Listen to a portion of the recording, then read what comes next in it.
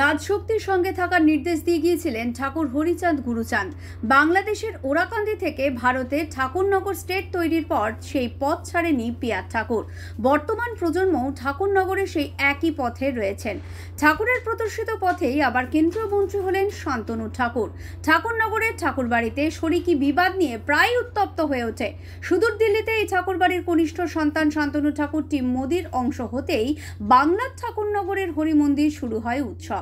কেন্দ্রের তৃতীয় বিজেপি সরকারের দ্বিতীয়বারের জন্য মন্ত্রী হিসেবে শান্তনু ঠাকুর শপথ নিতেই সারা ভারতে মতুয়াপন্থীদের মধ্যে উচ্ছ্বাস দেখা যায়। আমাদের ঠাকুর শান্তনু ঠাকুর সারা ভারতবর্ষের মতুয়াদের প্রতিনিধি। আজকে দ্বিতীয়বারের জন্য তিনি মন্ত্রী হয়েছেন। আমার মনে হচ্ছে সারা ভারতবর্ষের মতুয়াদের আলাদা একটা প্রাণ তারা খুঁজে পেয়েছে যে আমাদের ঠাকুর শান্তনু ঠাকুর আবার দ্বিতীয়বারের জন্য মন্ত্রী হয়েছে। তাই আমরা যারা মন্ত্রী করেছেন, নরেন্দ্র মোদীজি, অমিতজি, ভারতীয় জনতা পার্টির পক্ষ থেকে তাকে মন্ত্রিত্বের দায়িত্ব দেওয়া হয়েছে। আমরা অল ইন্ডিয়া মতুয়া মহাসংঘের সারা ভারতবর্ষের মতুয়াদের পক্ষ থেকে তাদেরকে অসংখ্য অসংখ্য ধন্যবাদ জানাই। জয় হরি বল, জয় হরি বল।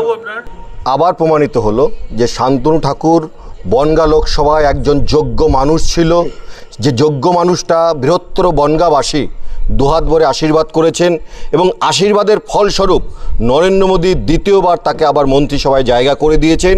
এটা আমাদের বনগাঁবাসী নয়, সারা পশ্চিমবঙ্গ, সারা ভারতবর্ষের তপশিলি এবং মতুয়া সমাজের কাছে একটা আনন্দের বিষয়। এটা নিয়ে আমরা আগামী এক মাস ব্যাপী ভারতীয় জনতা পার্টি এবং মতুয়া মহাসংঘের বিভিন্ন কার্যকর্তাগণ মাঠে আছি, মাঠে থাকব, বিজয় উৎসব পালন করব।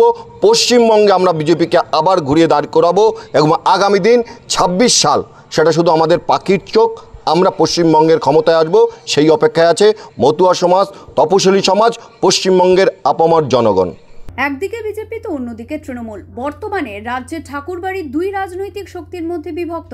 রাজ্যের শাসক দল তৃণমূল কংগ্রেস বলা ভালো, মুখ্যমন্ত্রী মমতা ব্যানার্জি ঠাকুরবাড়ির বৌমা মমতা ঠাকুরকে এবার রাজ্যসভার সাংসদ করেছেন।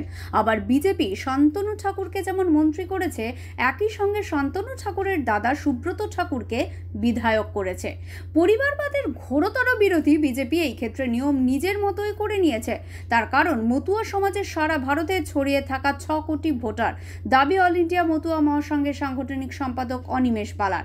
প্রথমেই বলি, বাবা শান্তনু ঠাকুরকে জেতানোর জন্যে বনগাঁয় ভারতবর্ষের স্বরাষ্ট্রমন্ত্রী যখন এসেছিলেন, আমি নিজে মতুয়া মহাসংঘের পক্ষ থেকে দাবি রেখেছিলাম ঠাকুরমশাইকে দ্বিতীয়বারের জন্যে আবার ক্যাবিনেটে আনা, মন্ত্রিসভায় শপথ করবার অনুরোধ জানিয়েছিলাম। তিনি দাবি রেখেছেন। আমরা সারা ভারতবর্ষের মতুয়াদের পক্ষ থেকে ভারত সরকার, প্রধানমন্ত্রী, স্বরাষ্ট্রমন্ত্রীকে অসংখ্য ধন্যবাদ এবং ভারতবর্ষের ৬ কোটি মতুয়ার কাণ্ডারি বাবা শান্তনু ঠাকুর দ্বিতীয়বারের জন্য মন্ত্রী হয়েছে। আগামীকাল ভারতবর্ষে যত হরি মন্দির রয়েছে, ভারতবর্ষে সমস্ত হরি মন্দিরে স্পেশালি বাবা হরিচাঁদ ঠাকুরের কাছে স্পেশালি পুজো হবে এবং সারা ভারতবর্ষের মতুয়ারা আগামীকাল আমরা বিজয় উল্লাসে মেতে উঠব।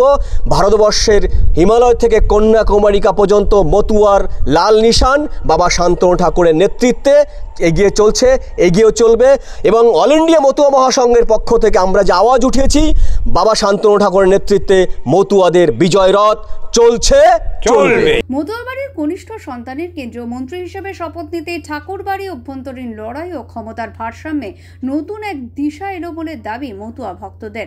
আর শান্তনু ঠাকুরের অনুগামীদের দাবি, মমতা ঠাকুর শুনতে পেলেন কি? টিম মোদির সদস্য আবার হয়েছেন শান্তনু ঠাকুর।